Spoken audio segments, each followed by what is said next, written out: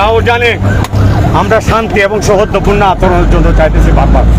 আমার নেতা সহিংস কোনো কোনো কর্মসূচি কিংবা কোনো জিয়ারতের উদ্দেশ্যে আজকে যাওয়া এই ন্যাক্কারজনক হামলা আমি জনাব তারেক রহমান সহ কেন্দ্রীয় হাইকমান্ডকে অনুরোধ করব, বিএনপি রাজনীতি করে আমরা কি অপরাধ করেছি?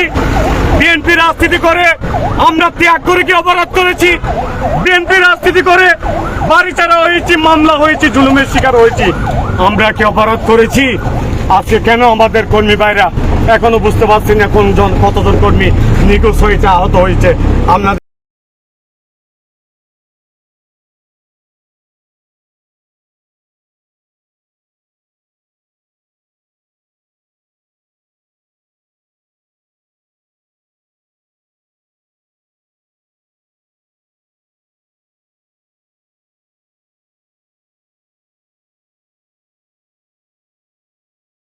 বাসী আজকে দেখেছেন আমি জেলা স্বেচ্ছাসেবক দলের জয়েন্ট সেক্রেটারি।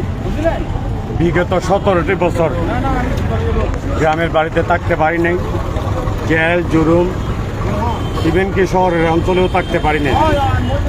আজকে আমার নেতা রাউজান উপজেলা বিএনপির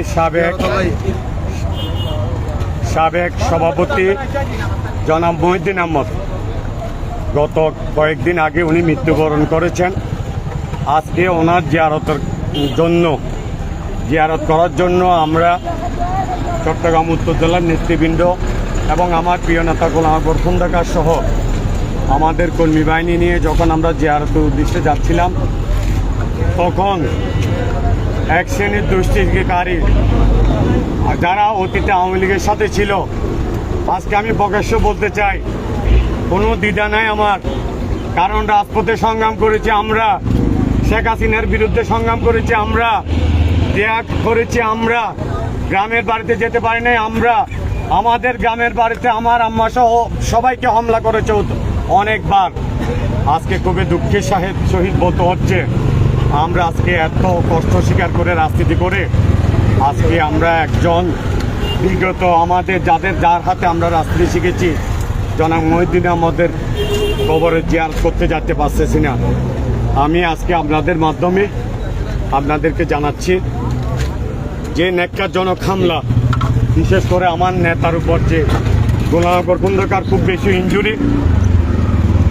ইনজুরি, আমাদের অনেক নেতাকর্মী প্রায় শতাধিক নেতাকর্মী মানমান্তিকভাবে আহত। আমি নিজেও কথা বলতে পারতেছি না, আমার মাথা হোক স্টিকের লাঠি এবং অনেক গাড়ি তারা বশীভূত করেছে, অনেক গাড়ি নিয়ে গেছে।